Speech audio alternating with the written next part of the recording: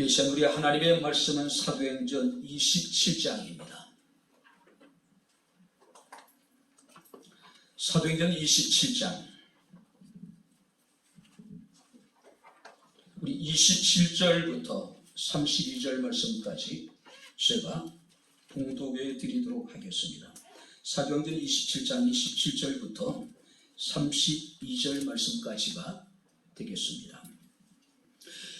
열날째 되는 날 밤에 우리가 아드리아 바다에서 이리저리 쫓겨다니다가 자정쯤 되어 사공들이 어느 육지에 가까워지는 줄을 짐작하고 물을 재어보니 20길이 되고 조금 가다가 다시 재어보니 15길이라. 암초에 걸릴까 하여 고물로 단 넷을 내리고 날이 새기를 고대하니라. 사공들이 도망하고자 하여 이 물에서 닷을 내리는 채 하고 그룻배를 바다에 내려놓고는 바울이 백부장과 군인들에게 이르되 이 사람들이 배에 있지 아니하면 너희가 구원을 얻지 못하리라 하니 이에 군인들이 그룻줄을 끊어 떼어버리니라. 아멘. 기도하겠습니다. 참회를 은혜로 오신 아버지 하나님 고맙습니다. 오늘도 주의 살아난 귀한 성도들이 살아계신 하나님을 예배하게 하시고 또 이 시간 주의 말씀을 충족할 수 있는 은혜를 베풀어 주심을 감사를 드립니다. 기록된 예언의 말씀을 읽고 듣고 지켜 행하는 자가 우리에게 복되다 하셨으니 주의 말씀이 선포되고 말씀을 우리가 받을 때에 이 시간 우리에게 복되게 하옵소서, 깨닫게 하옵소서. 예수님 이름으로 기도하옵나이다. 아멘. 할렐루야. 오늘 본 말씀을 보게 되면 이방인의 사도로 부르심을 받은 사도 바울이 미결수의 신분으로 로마 황제에게 재판을 받기 위해서 알렉산드리아호라고 하는 무역선을 타고 지중해를 항해하는 그런 장면이 기록되어져 있습니다. 시기적으로 주후 60년, 그러니까 가을 정도로 사람들은 이렇게 이제 추측을 합니다. 이 알렉산드리아호에는요, 바울을 호송하는 백부장과 군인들, 그리고 여행객들과 장사꾼 등 276명의 사람들이 함께하고 있음을 보게 됩니다. 자, 겨울이 되게 되면은 지중해 바람은 굉장히 거세게 분다고 그래요.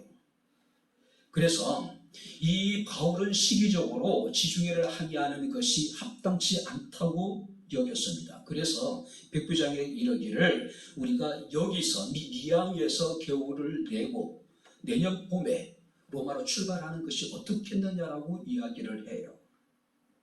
그런데 선주와 선장의 입장에서는요, 미양이라고 하는 도시는 아름답긴 하지만은 작은 그 항구였습니다. 자, 276명이 겨울을 나기에는 여러 가지로 불편한 점이 많이 있었다는 이야기예요. 그래서 미양에서 65km 정도 떨어져 있는 베닉스라고 하는 그 도시에 가게 되면은 그곳은 그들이 겨울을 나기에 굉장히 합당하다고 생각했던 거예요. 좋다고 생각한 겁니다. 결국은 다수의 사람들의 의견이 힘들긴 하겠지만 미양을 떠나서 베닉스로 가자라는 의견이 모아지게 됩니다. 자, 처음에 그들이 이제 항해를 시작했을 때는 남풍이 순하게 불었습니다. 그래서 바로 백부장과 선주와 선장과 그 배에 탔던 모든 선원들과 또 많은 사람들의 생각이 자신들의 판단이, 자신들의 결정이 옳았다라고 생각을 해요. 그런데 얼마 지나지 않아서 유라굴루라고 하는 강풍이 불어닥치기 시작합니다. 자, 여기서 유라굴루라고 하는 강풍이 크게 일어났다는 이야기는요, 바로 던지다, 거세게 달려들었다. 도저히 알렉산드리아호가 감당하기 힘든 어마어마한 바람과 파도가 그 배를 계속해서 때렸다는 이야기예요. 우리가 사도행전 27장 말씀을 보게 되면은 그 상황을 이렇게 기록하고 있습니다. 15절 말씀을 보게 되면은 배가 밀려 바람을 맞춰 갈 수 없어 가는 대로 두고 쫓겨갔다. 뿐만 아니라 17절 말씀을 보게 되면은 스루디스에 걸릴까 두려워하여 연장을 내리고 그냥 쫓겨갔더니, 무슨 얘기입니까? 도저히 이제 누구도 이 배를 통제할 수 없을 정도로 배가 바람 부는 대로, 파도가 치는 대로 이리저리 지금 흔들렸다는 이야기예요. 18절 말씀을 보게 되면 우리가 풍랑으로 심히 애쓰다가 이튿날 사공들이 짐을 바다에 풀어버리고 배에 실려있는 모든 짐을 바다에 던져버렸다는 이야기예요. 이 알렉산드리아호는요, 무역선이에요. 자, 무역선이다 보니까 그 안에 수많은 물건들이 있을 건 아니에요. 근데 그것을 전부 다 이제 바다에 던져버리게 됩니다.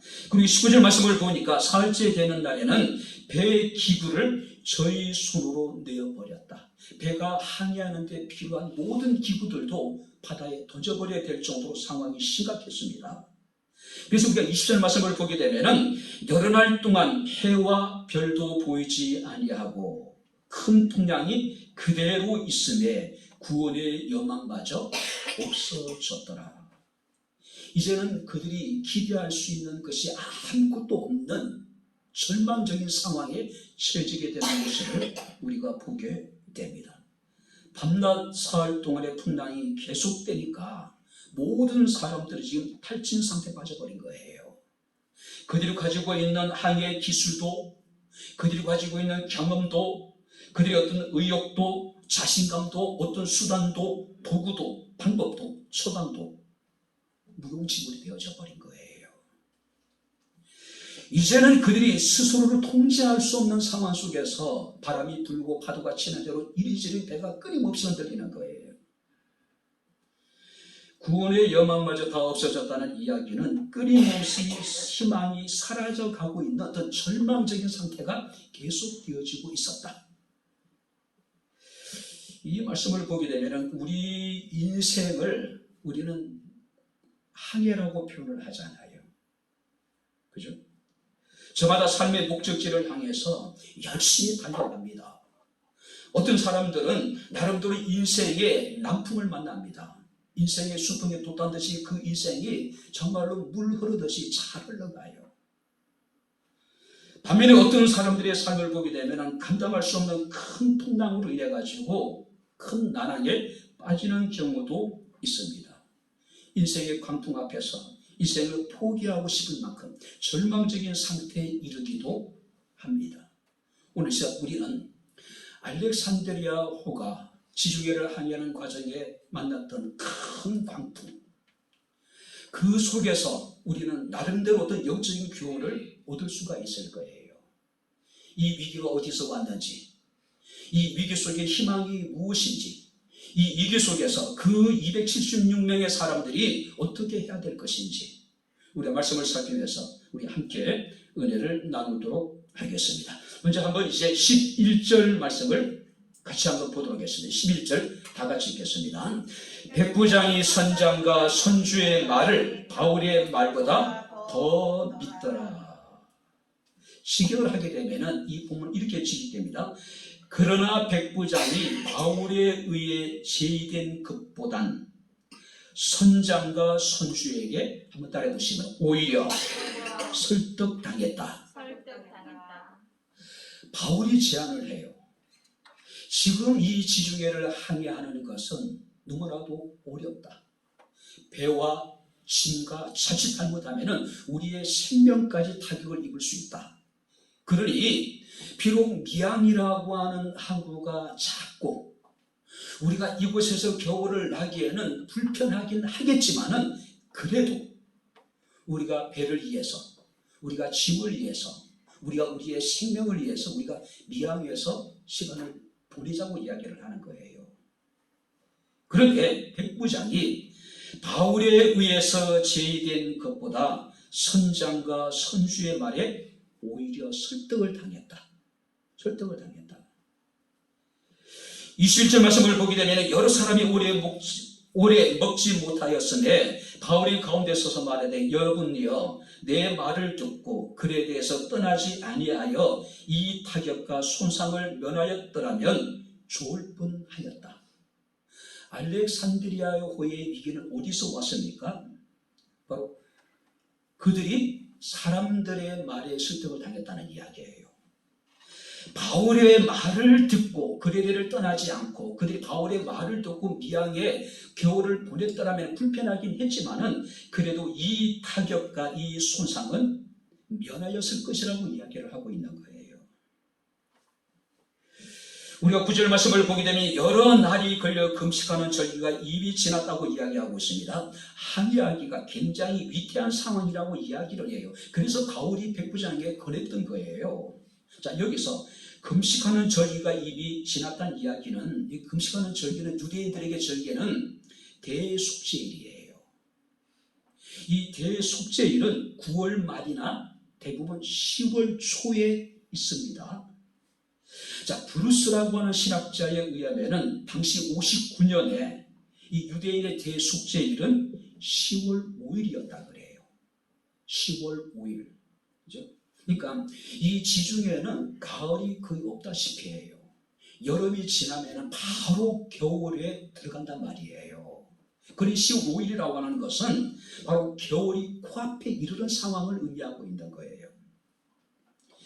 일반적으로 당시 로마인들은요, 9월 15일서부터 3월까지는 지중해 항해하는 것을 굉장히 부담스러워합니다.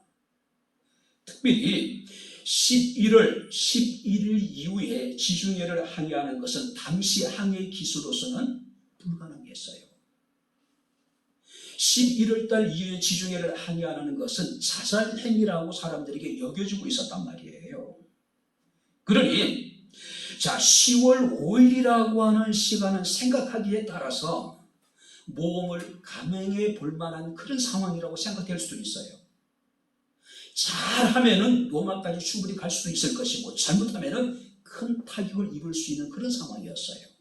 그런데 바울은 그들에게 이르기를 이미 금식하는 절기가 지났으므로 항해하기가 너무 위태하다. 우리가 미양에서 겨울을 보내자라고 이야기를 한 거예요. 자, 그럼에도 불구하고 백부장은 선주와 선장의 말에 설득을 당한 거예요. 자, 그들의 입장에 충분히 우리가 공감이 돼요. 선주 입장에서는 한 번이라도 배를 더 항해하는 것이 자신의 수익에 유익이 된단 말이에요. 선장도 마찬가지예요. 선원들도 마찬가지입니다. 그 배에 타고 있는 모든 사람도 마찬가지예요. 장사라고 하는 것은 시간 싸움이잖아요. 그죠? 뿐만 아니라 미암이라고 하는 도시는 작아요.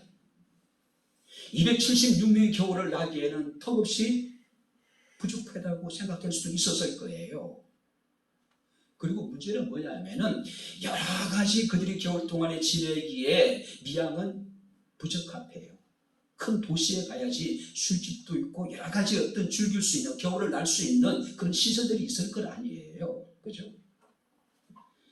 결국은 이 백부장은 바울의 말보다는 선장과 선주의 말을 더 믿었다고 이야기를 하고 있어요.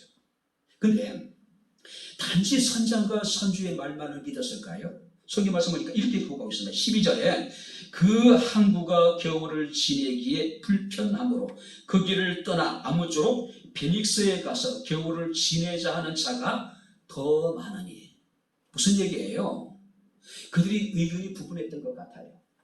미양에 우리가 머물러서 겨울을 보내자는 사람도 있을 것이고, 아니다, 좀 힘들긴 하지만 65km에 지나지 않으니까 우리가 베닉스에 가가지고 그곳에 겨울을 보낸 사람도 있었단 말이에요. 그런데 다수는 베닉스에 가서 겨울을 지내자 하는 자가 많았다라고 이야기를 하고 있어요. 결국 여러분들이 항해가 시작이 됩니다. 알렉산드리아호의 위기는 바로 여기서 시작이 되는 거예요. 사람들의 경험, 사람들의 상식, 전문가의 지식을 의지하는 것도 굉장히 지혜로운 것이에요. 그죠? 우리가 아무리 믿음을 가지다 하더라도 경험이라든지 전문 지식이라든지 우리가 상식을 우리는 무시해서는 안 되죠. 그러나 경험과 상식과 전문적인 지식 이전에 우리 그리스도인이라면은 무엇보다도 하나님을 찾고 하나님의 뜻을 우리가 구해야 되지 않을까요? 그죠? 열왕기상 12장에 보게 되면은 이스라엘 왕국의 분열의 역사를 다루고 있어요. 솔로몬이 죽고 그 아들 르호보암이 이스라엘의 왕이 돼요.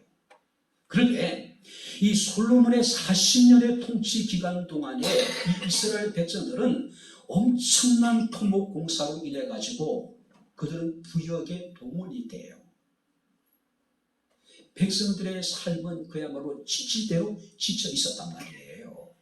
왜냐하면 이 솔로몬 왕은 각처에 요새를 짓고 각처에 국고성을 짓고 그들은 왕궁을 짓고 성전을 건축하느라 백성들의 그야말로 신에게 다 빠져버린 상황이에요.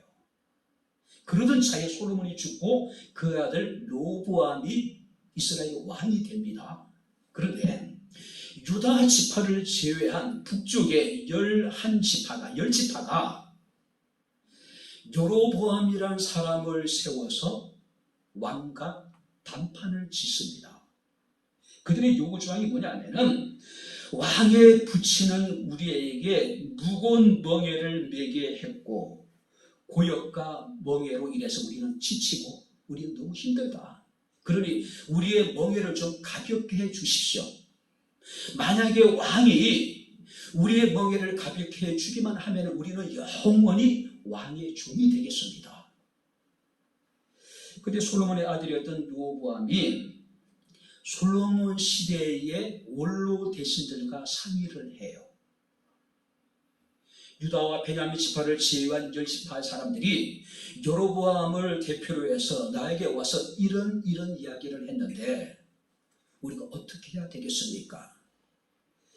그때 솔로몬 시대의 원로 대신들이 그렇게 얘기합니다. 왕이 만일 이 백성을 섬기는 자가 되고 그들을 섬기고 좋은 말로 대답하시면은 그들은 영원한 왕의 종이 될 것입니다. 이제 군림하지 말고 통치하려고 하기보다는 왕이 이제 섬기는 리더십을 가지고 백성들을 섬기십시오. 그러면 그 백성들은 영원히 왕의 종이 될 것입니다. 영원히 왕을 배신하지 않을 것입니다. 그런데 이 르호보암이요, 그 원로 대신들의 이야기를 듣지 않습니다. 오히려 그는 어떻게 하냐면은 자기와 함께 성장한 젊은 친구들을 불러요. 그래서 이스라엘 10지파 사람들의 이야기를 전합니다. 그때 이 젊은 사람들이 혈기가 왕성하잖아요. 그들은 이 사건을 어떤 기싸움으로 본 거예요. 그래서 단호하게 이스라엘 10지파의 제안을 거절해버리게 됩니다. 오히려 그런 얘기를 해요. 이 르호보암 왕이 내 새끼손가락이 내 아버지의 허리보다 굵으니 나는 너희의 멍에를 더욱 무겁게 하겠다. 내 아버지는 너희를 채찍으로 징계를 했지만은 나는 너희에게 정갈 채찍으로 너희를 징계할 것이다. 그때 여로보암과 이스라엘의 대표들은 단호하게 들었습니다. 이제 더 이상 우리가 다윗과 관계가 없다. 그리고 그들 반란을 일으킵니다. 자, 120년 동안 계속 되어졌던 통일 왕국 시대가 종말을 고한 거예요. 이스라엘은 이때부터 이제 북이스라엘과 남유다로 분열 왕국 시대에 접어들게 되는 거예요. 자, 우리가 누구의 이야기에 설득을 당하는가가 굉장히 중요한 거예요. 그죠? 사람들의 경험, 사람들의 상식, 전문적인 지식도 분명히 필요합니다. 그러나 더 중요한 건 뭡니까? 우리 그리스도인들에게는 하나님을 찾고 하나님께 묻고 하나님의 뜻을 구해야 되는 거예요. 오늘 분명히 이 백부장의 입장에서는 선장과 선주와 다수의 사람들의 이야기가 설득력이 있었어요. 합리적이라고 생각을 했습니다. 사람에는 재수가 좋으면은 어렵긴 하겠지만 충분히 자신이 원하는 바를 이룰 수 있을 것이라고 생각을 했다는 이야기예요. 그러나 그 결과는 뭡니까? 처절한 실패예요. 낭패를 봅니다. 여러분들 호세아서 2장 14절 15절 말씀을 보게 되면은 자기 백성을 향한 하나님의 사랑의 이야기가 기록되어져 있습니다. 그러므로 보라, 내가 그를 타일러 거친 들로 데리고 가서 거기서 말로 위로하고 비로소 그들에게 포도원을 주고 악을 골짜기로 소망의 물으로 삼아주겠다. 한번 따라해 보시기 바랍니다. 내가 그를 타일러. 자, 내가 그를 타일러다는 이야기는 어떤 의미냐면은 부드러운 말로 그들의 마음의 문을 열도록 하나님께서 그들에게 말씀하시겠다는 이야기예요. 그리고 그들을 어디로 데려간다고요? 거친 들. 자, 여기서 거친 들이라는 그 광야를 말합니다. 이스라엘 백성들이 애굽에서 나오고 난 다음에 40년 동안 그 물이 방황했던 그곳을 의미하는 거예요. 그런데 이 광야라고 하는 것은 이스라엘 백성들에게 하나님의 구원과 소망의 장소였단 말이에요. 하나님이 그들을 설득해서 다시 거친 들로 데리고 나가서 그곳에서 그들을 위로하고 그곳에서 비로소 포도원을 주고 하나님께서 그곳에서 악을 골짜기로 소망의 문을 삼아 주시겠다고 말씀을 하고 있는 거예요. 하나님 오늘도 끊임없이 우리를 설득하고 계신 하나님, 할렐루야. 우리를 지금 하나님이 타이르고 계신 거예요. 근데 우리들은 어떻습니까? 하나님의 말씀에 설득되기보다는 사람들의 경험, 지식, 상식을 더 의존하는 거예요. 저는 우리 주인들에게 섭씨하시는 하나님에 대해서 말씀을 드렸습니다. 섭씨, 속삭일 섭, 보일 시. 이 섭자라고 하는 이 단어의 이 말의 한문을 보게 되면 입구에다가 기가 3개가 달려있는 거예요. 입구에다가 기가 3개가. 무슨 말입니까? 섭씨라고 하는 것은 우리의 귀에 대고 하나님께서 작은 소리로 속삭이신다는 이야기예요. 자, 여러분들 아무나 하고 여러분들이 귀에 말할 수 있습니까? 제가 아무리 지수의 권사님을 사랑하더라도 제가 지수의 권사님의 귀에 대고 속삭일 수 있을까요? 큰일 나겠죠. 그죠? 사랑하는 가족이나 사랑하는 남편이라 특별한 관계가 아니면 다른 사람들이 귀에 대고 속삭이는 건 신일이 아니에요. 근데 지금 하나님께서는 우리에게 섭씨하시는 하나님인데 우리의 귀에 대고 아주 작은 소리로 속삭이시는 하나님. 우리를 설득하시고 우리를 타이르시고 우리로 하여금 주의 말씀과 순종하기를 원하시는데 우리는 어떻습니까? 다른 사람들의 이야기에 큰 소리에 더 관심을 가지는 거예요. 상식이라든지 경험이라든지 전문적인 지식이 더 우리에게 유익하다고 생각한 거예요. 창세기 말씀을 보게 되면은 하와는 어떻습니까? 너희가 이 선악을 알게 하는 나무의 실과를 따먹어도 결코 죽지 않을 것이다. 너희가 이 선악을 알게 하는 나무의 실과를 따먹는 순간에 너희 눈이 밝아지게 될 것이고 너희는 하나님처럼 될 것이라고 하는 사탄의 달콤한 속삭임에 어떻습니까? 결국 하나님의 금하신 선악을 알게 하는 나무의 실과를 따먹어버리고 마는 거예요. 백부장이 선장과 선주의 말을 바울의 말보다도 더 믿었더라. 바울의 말에 설득된 것이 아니라 선장과 선주의 말에 더 설득돼 버린 거예요. 많은 사람들의 다수의 의견에 이 백부장이 설득을 돼버린 거예요. 그게 뭡니까? 무모한 항의를 시작한 거예요. 그 결과는 뭡니까? 파국이에요. 사도행전 4장 13절부터 22절 말씀을 보게 되면은 바로 베드로가 산헤드린 공회에 끌려갑니다. 그때 산헤드린 공회원들이 이 베드로에게 협박을 해요. 요한에게 협박을 합니다. 도무지 예수의 이름으로 말하지도 말고 가르치지도 말아라. 그때 베드로와 요한 이런 얘기합니다. 하나님 앞에서 너희 말 듣는 것이 하나님의 말씀을 듣는 것보다 옳은가 판단하라. 할렐루야. 아멘. 우리가 하나님의 말씀을 듣고 순종하는 것은 단지 우리가 듣고 안 듣고 문제가 아닙니다. 그 옳고 그름의 문제라는 거예요. 그래서 이 베드로와 요한은 자신들은 옳은 것을 선택하겠다는 이야기예요. 오늘 여러분들 어떻습니까? 하나님 앞에서 사람들의 말을 듣는 것이 하나님의 말씀을 듣는 것보다도 옳은가 판단해 보라고 이야기를 하고 있습니다. 어떤 상황 속에서도 하나님의 말씀에 귀를 기울이고 우리에게 속삭이시는 주의 음성에 설득당할 수 있는 저와 여러분들의 삶이 될 수 있기를 주 이름으로 축원합니다. 우리가 그랬으면 좋겠어요.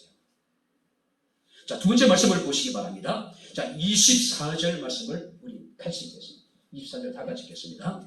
바보라 두려워하지 말라. 내가 가이사 앞에 서야 하겠고 또 하나님께서 너와 함께 항해하는 자를 다 내게 주셨다 하였으니 25절입니다. 그러므로 여러분이 안심하라. 나는 내게 말씀하신 그대로 되리라고 하나님을 믿노라. 자, 그러면은 절망적인 상황 속에서 지금 이 알렉산드리아 호는 지금 파국을 향해 지금 치닫고 있는 상황이에요. 배가 지금 자초된 상태입니다. 이 위기 속에서 그런 희망은 없는 것일까요? 이대로 알렉산드리아 호는 결국 끝나야 될까요?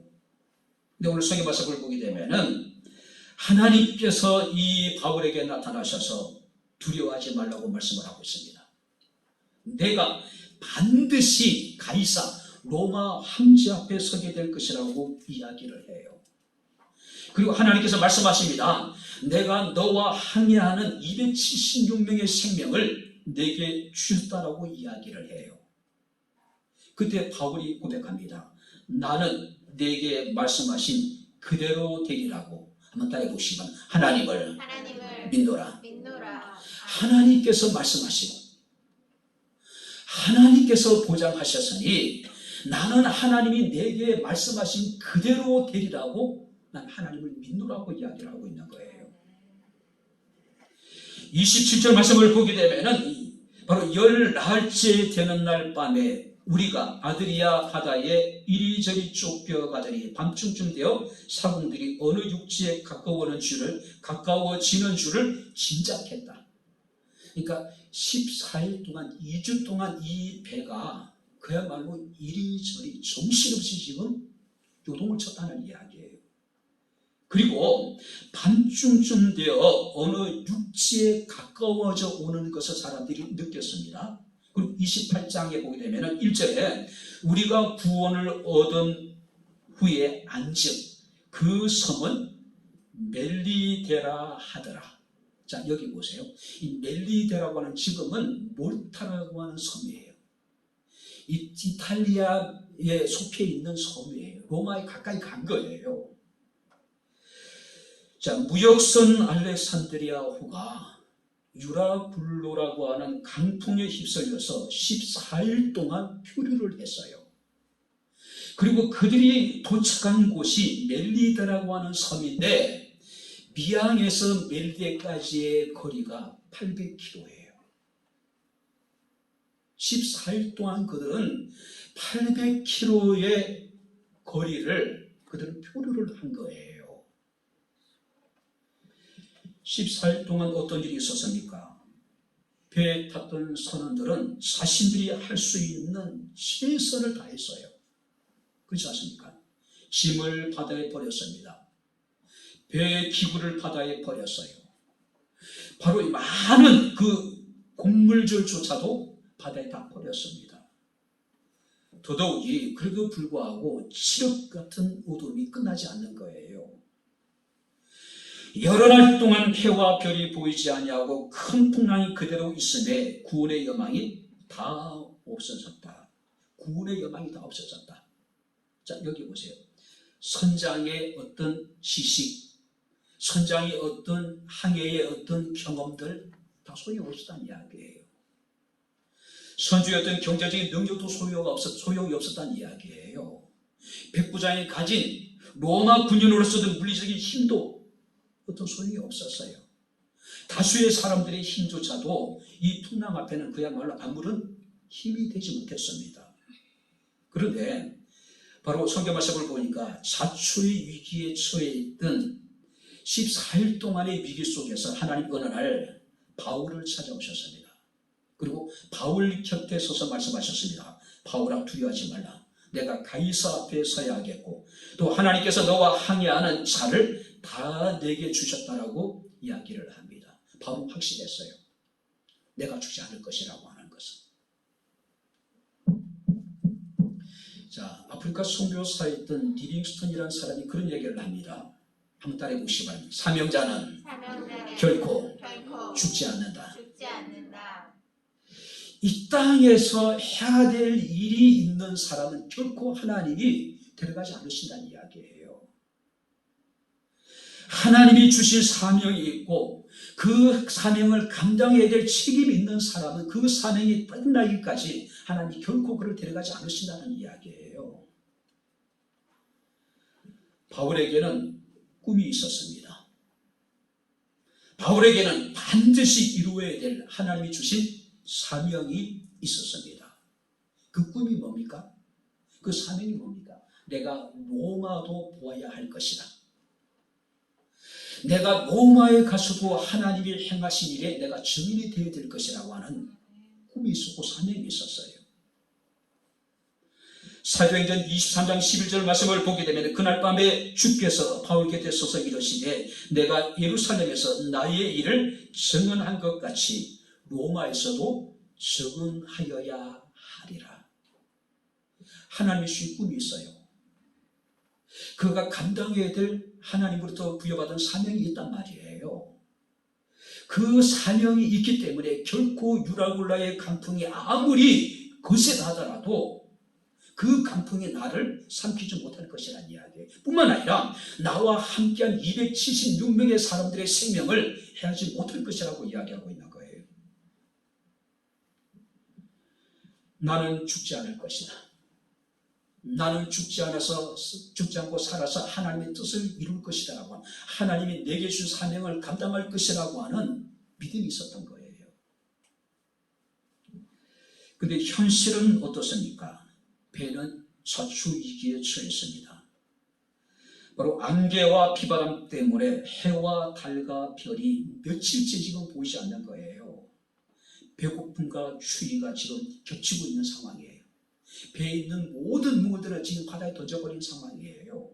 나중에는요, 거룻줄까지 끊어버려요. 이 거룻줄이 뭐냐면은 구명보트를 내리는 줄까지 다 끊어버려요. 그러니까 구명보트까지도 바다에 그냥 떠나보냈다는 이야기예요. 이제는 그들에게는 아무것도 남은 것이 없어요. 절망밖에 없습니다. 두려움과 공포밖에 없었어요. 자, 그런데 바울이 그들에게 이야기합니다. 이제는 안심하래요. 이제는 두려워하지 말랍니다. 왜냐하면 하나님께서 내게 말씀하시고 하나님이 내게 말씀하신 그대로 나는 될 것을 나는 믿노라고 지금 이야기하고 있는 거예요. 하나님 말씀하신 것이 뭡니까? 내가 로마도 보게 될 것이라는 이야기예요. 내가 예루살렘에서 하나님이 행하신 일을 증언했던 것처럼 내가 로마에 가서 로마 황제 앞에서 하나님이 행하신 일에 내가 증인이 될 것이라고 하는 이야기를 지금 하고 있는 거예요. 한 사람의 사명자로 인하여서 알렉산드리아호에 276명의 사람이 살아나는 기적이 벌어지게 되는 거예요. 사랑하는 성도 여러분들, 코로나로 인해서 우리 현실이 아무리 어렵고 힘들더라도 두려워하지 마십시오. 할렐루야. 아멘. 안심하십시오. 할렐루야. 아멘. 우리가 꾸고 있는 꿈이 있고 우리가 반드시 이루어야 될 주께로부터 부여받은 사명이 있다면 하나님 우리를 죽이지 않습니다. 결코 하나님 우리를 데려가지 않으셔요. 우리의 현실이 아무리 어렵고 힘들더라도 경제적으로 힘들고 육체적으로 질병으로 힘들고 또 삶의 여러 가지 위기로 우리가 앞을 내다볼 수 없는 절망적인 상황에 처해 있더라도 주께서 우리에게 말씀하십니다. 두려워하지 말랍니다. 안심하라고 이야기하고 있어요. 망하지 않을 것이라는 이야기예요. 하나님께서 우리를 죽이지 않으시겠다는 이야기예요. 마태복음 14장 27절에 주께서 갈릴리 바다에서 제자들에게 말씀하셨습니다. 안심하라. 내니 두려워하지 말라고 말씀하고 있습니다. 요한복음 14장 1절에 주께서 말씀하십니다. 너희는 마음에 근심하지 말라. 하나님을 믿으니 한번 따라 보시기 바랍니다. 또 나를 믿어라. 할렐루야. 아멘. 이 알렉산드리아호에 드디어 희망의 빛이 비쳤어요. 그 희망은 경험이 아닙니다. 정보적인 지식이 아니에요. 상식이 아닙니다. 어떤 가능성이 아니에요. 어떤 조건이 아닙니다. 그들이 가진 꿈, 바울이 가진 주께로부터 부여받은 사명이 그들에게 희망이 되었다는 이야기예요. 해야 할 일이 있는 사람은 어떤 고난도, 어떤 환난도 이겨낼 수 있어요. 그러나 이 땅에서 더 이상 내가 할 일이 없다라고 생각하는 그 순간에 우리는 아무것도 할 수 없습니다. 조그마한 바람 앞에서 우리는 이리저리 흔들릴 수밖에 없어요. 문제 앞에 그들은 극단적인 선택을 할 수밖에 없다는 이야기예요. 우리의 꿈이 우리의 희망입니다. 할렐루야.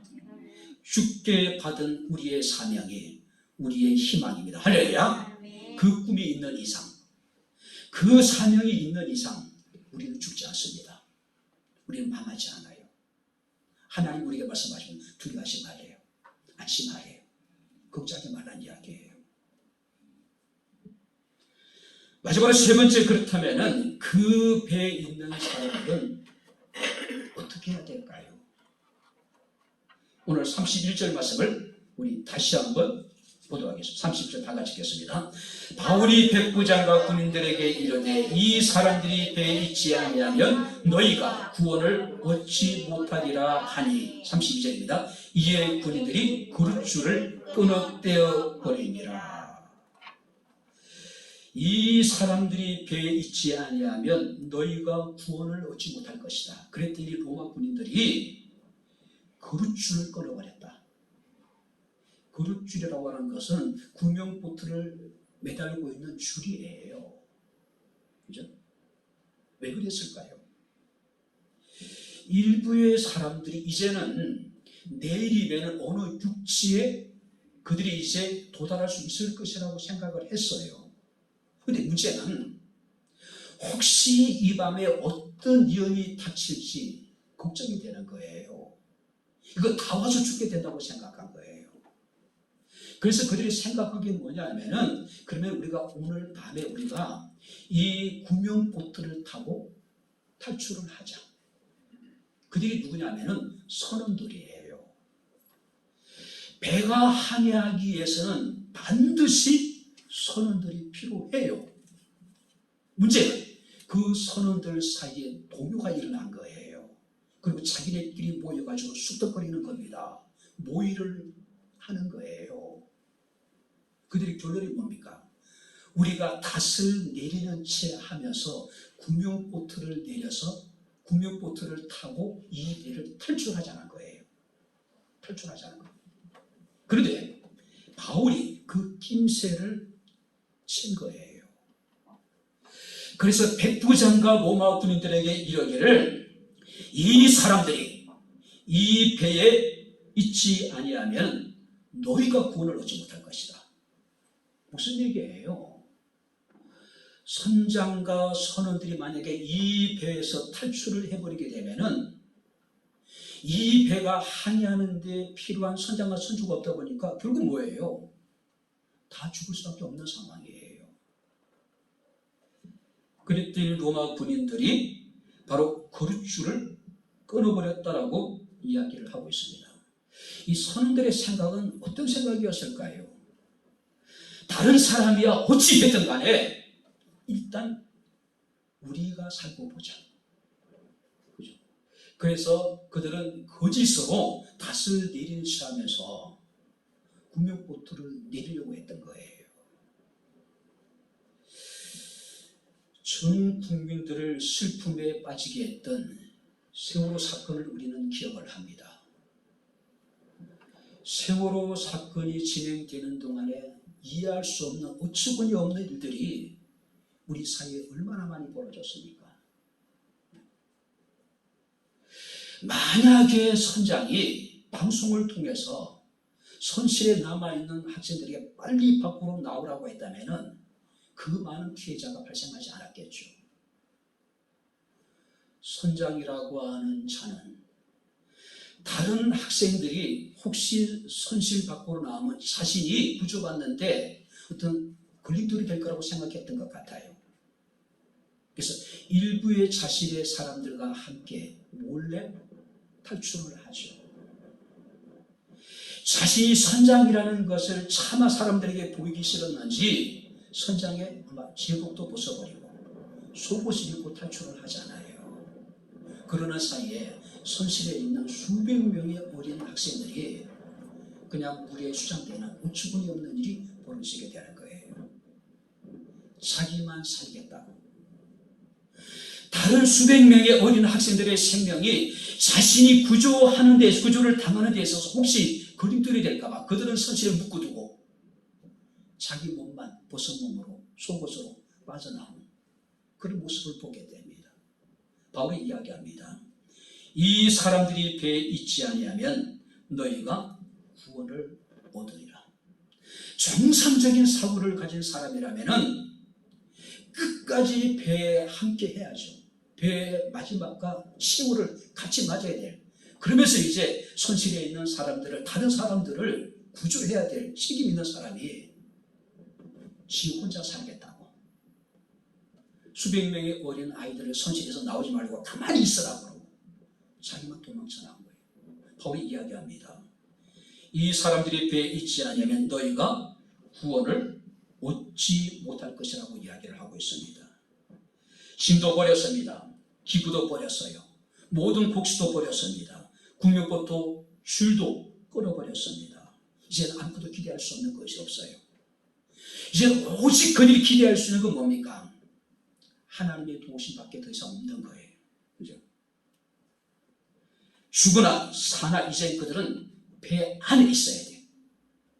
그들이 배 안에 있어야지 그들이 구원을 받을 수 있다는 이야기예요. 배는 뭐를 의미할까요? 배는 예수님을 상징합니다. 교회를 상징해요. 칼빈은 교회는 어머니와 같다고 이야기를 해요. 그래서 칼빈은 교회 밖에는 구원이 없다고 이야기를 해요. 노아 시대에 수많은 사람들이 있었습니다. 하나님 물로서 세상을 심판할 때에 구원을 받은 사람은 오직 방주 안에 들어간 노아와 그 가족들 뿐이었다는 사실이에요. 바울의 신앙은 예수 안의 신학이에요. 예수 안의 신앙이에요. 예수 안에 있을 때 우리는 구원을 받고, 예수 안에 있을 때 진정 우리가 평안을 누리고, 예수 안에 있을 때 우리는 하나님의 놀라운 은혜를 얻을 수 있는 거예요. 배 안에 있으란 이야기는 교회 안에 있으란 이야기고, 믿음 안에 있으란 이야기고, 예수 안에 있으란 이야기고, 하나님의 구원의 현장에 있으란 이야기고, 하나님의 은혜의 자리에 우리가 머물러 있으란 이야기예요. 그리고 하나님의 구원하심을 기다리라는 이야기예요.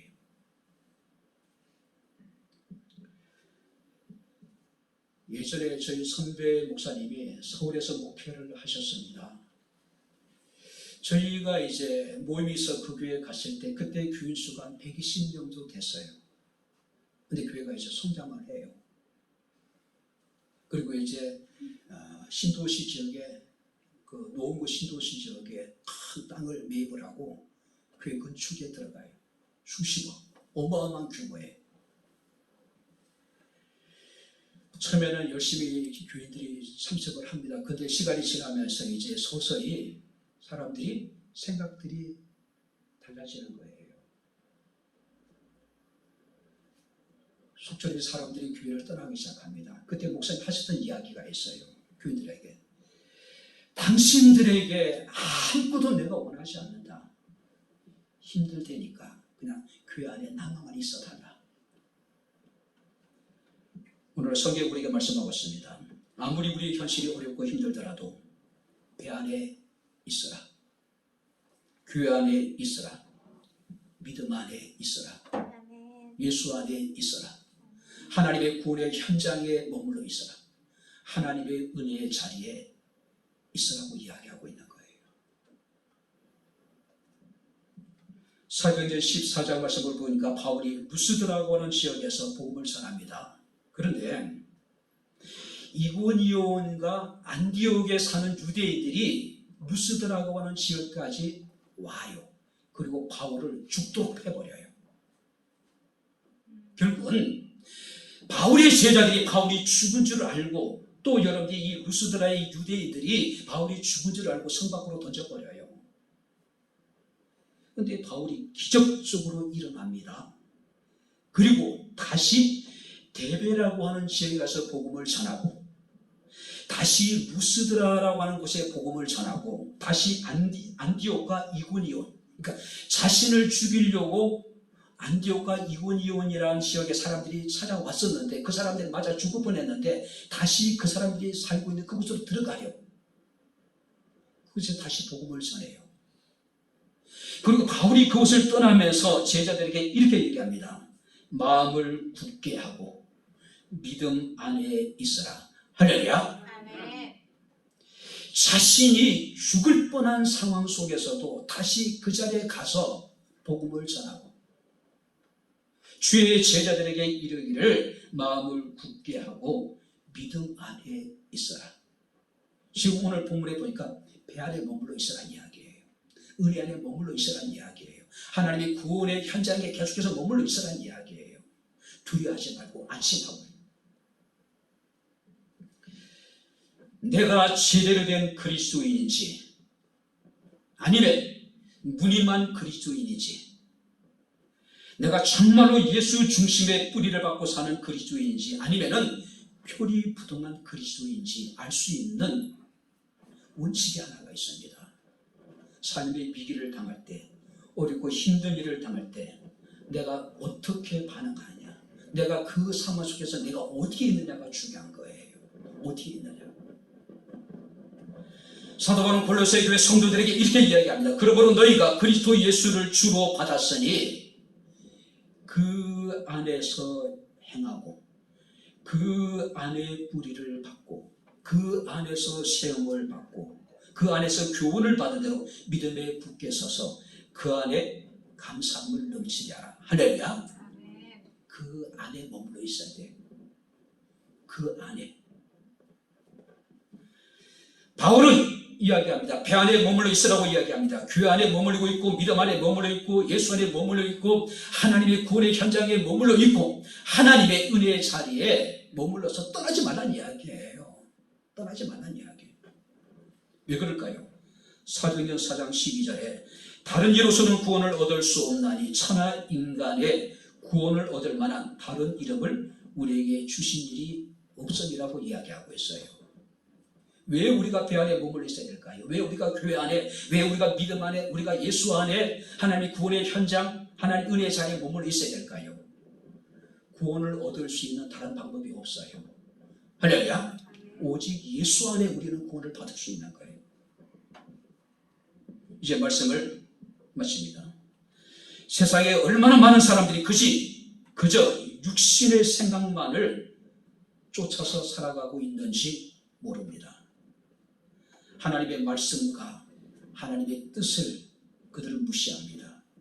자신의 경험, 전문적인 지식, 다수의 사람들의 이야기, 또 육신의 안일함과 평안함을 쫓고 있는 사람들이 얼마나 많은지 모릅니다. 그들은 인생의 항해를 하면서 자신들이 순풍에 돛단 듯이 편안한 삶을 살아갈 때에 그들은 자신이 성공했다고 의기양양하기도 합니다. 그러나 기억하시기 바랍니다. 얼마 지나지 않아서 그들은 무시무시한 유라굴로라고 하는 강풍을 만나게 될 거라는 거죠.